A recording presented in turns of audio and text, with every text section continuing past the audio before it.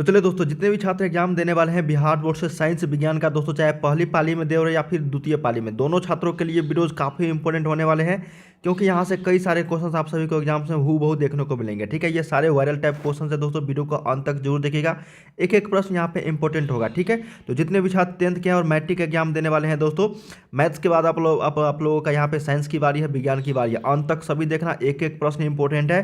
फिर से बता रहा हूँ, सभी लास्ट तक जरूर देखिएगा। वीडियो को सभी लाइक कर लीजिएगा और साथ में जितने भी चैनल को सब्सक्राइब नहीं किया है सभी छात्र चैनल को सब्सक्राइब कर लीजिए, ताकि इसी तरीके से हम लोग सभी का आंसर की जैसी लेकर आएंगे हर सब्जेक्ट का एग्जाम्स के दिन, तो आपको नोटिफिकेशन दोस्तों मिल जाया करेगा। ठीक है, तो सभी छात्र वीडियो को लाइक करके शेयर जरूर कीजिए और वीडियो के डिस्क्रिप्शन में वेबसाइट का लिंक है, वहाँ से भी आप लोग तैयारी कर सकते हो। लाखों छात्र वहाँ से पढ़ रहे हैं।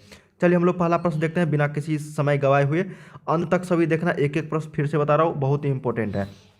पहला प्रश्न देखते हैं कि अवतल दर्पण की जो फोकस दूरी होती है उसकी वक्रता त्रिज्या की क्या होती है, बताओ। और देखिए, अवतल दर्पण की जो फोकस दूरी होती है हम लोग जानते हैं वो वक्रता त्रिज्या की क्या होती है, आधी होती है। तो F बराबर R/2 होता है। तो ऑप्शन नंबर क्या हो जाएगा, बी हो जाएगा, हाफ आधी। ठीक है, या फिर R बराबर 2F। ठीक है ना, तो इसको याद रखिएगा, फोकस दूरी जो होती है उसकी वक्रता त्रिज्या की आधी होती है। सेकेंड नंबर प्रश्न है, कहा गया कि नेत्र लेंस की फोकस दूरी कम हो जाने से कौन सा दृष्टि दोष होता है। देखिए, जब नेत्र लेंस की फोकस दूरी अगर कम हो जाती है तो उसमें निकट दृष्टि दोष होती है। ठीक है ना, कम, अगर अधिक हो गया तो ये दूर दृष्टि दोष हो जाएगा। ठीक है, इस दोनों को आप लोग को याद रखना होगा। चलिए थर्ड नंबर प्रश्न देखते हैं। कहा गया है कि लघु पथन के समय परिपथ में विद्युत धारा का मान क्या होता है। देखिए, लघु पथन के समय जो विद्युत धारा का मान होता है वो बहुत अधिक बढ़ जाता है। क्या होता है, बहुत अधिक जो है बढ़ जाता है। तो 3 का सही उत्तर क्या हो जाएगा, यहाँ पे सी वेरी है।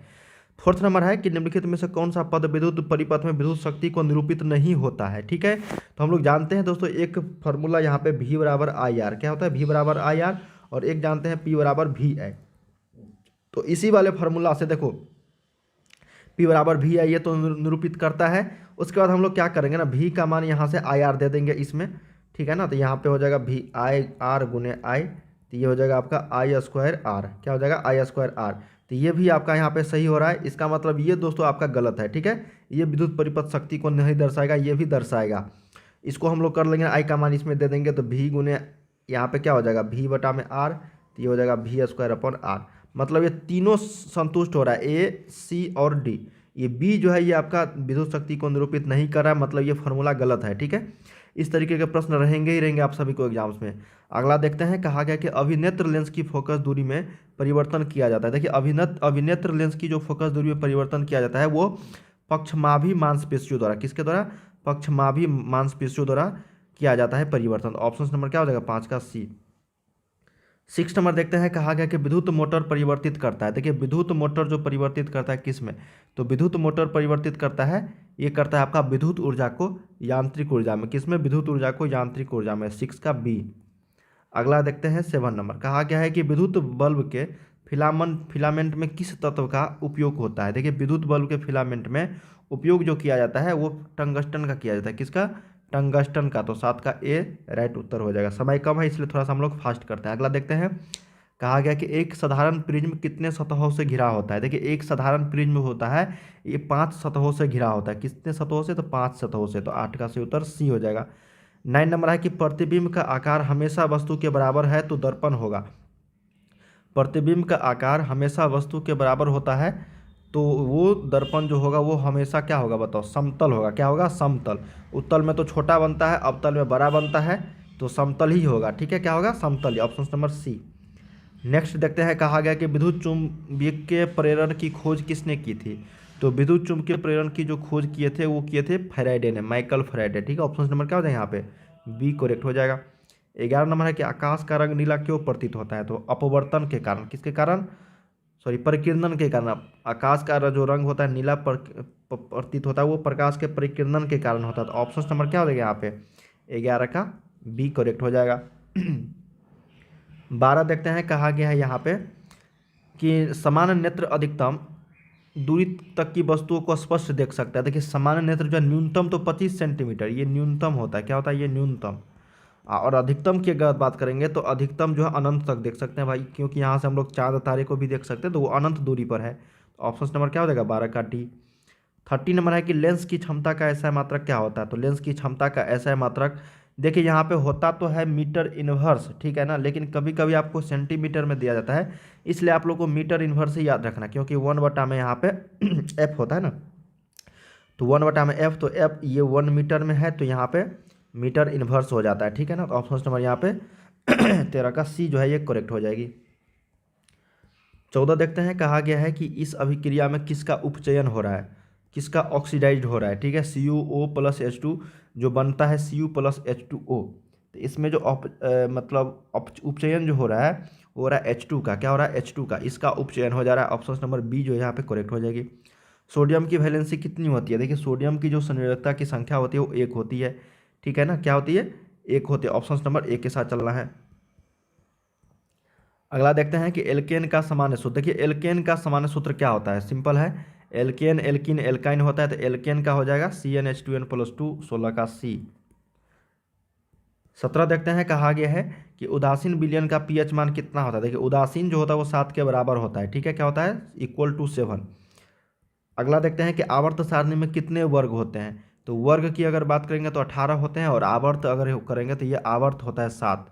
आवर्त कितने होते हैं, 7, और ये 18 जो है वो वर्ग होते हैं, ठीक है, ग्रुप्स होते हैं। अगला है कौन सा धातु विद्युत का सुचालक होता है, तो विद्युत का सुचालक जो धातु है यहाँ पे वो है आपका ग्रेफाइट, क्या है, ग्रेफाइट। ऑप्शन नंबर यहाँ पे बी जो है ये करेक्ट हो जाएगी।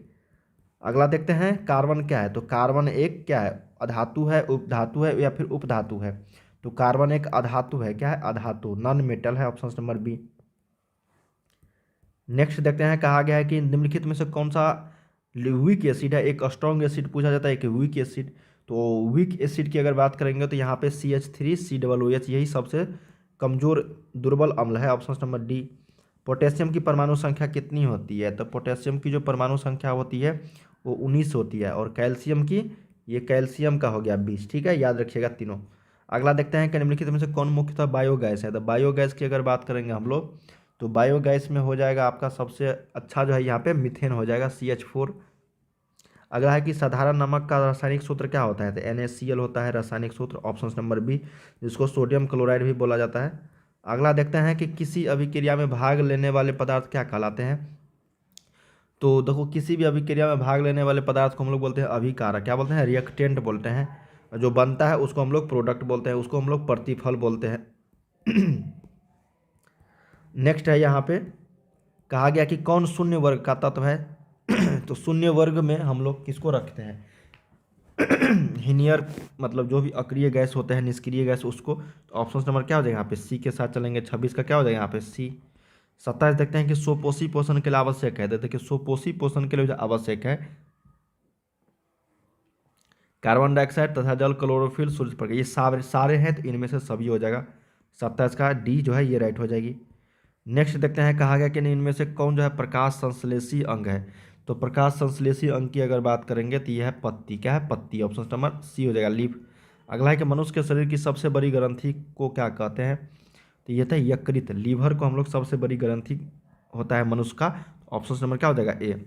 अगला है कि पादप में जैलम के लिए उत्तरदायी, जल, जैलम जो होता है वो जल के लिए वहन होता है, और ये फ्लोएम जो होता है आपका, फ्लोएम जो होता है वो भोजन के लिए होता है। तो ऑप्शन नंबर 30 का जो है एक के साथ चलना यहाँ पे।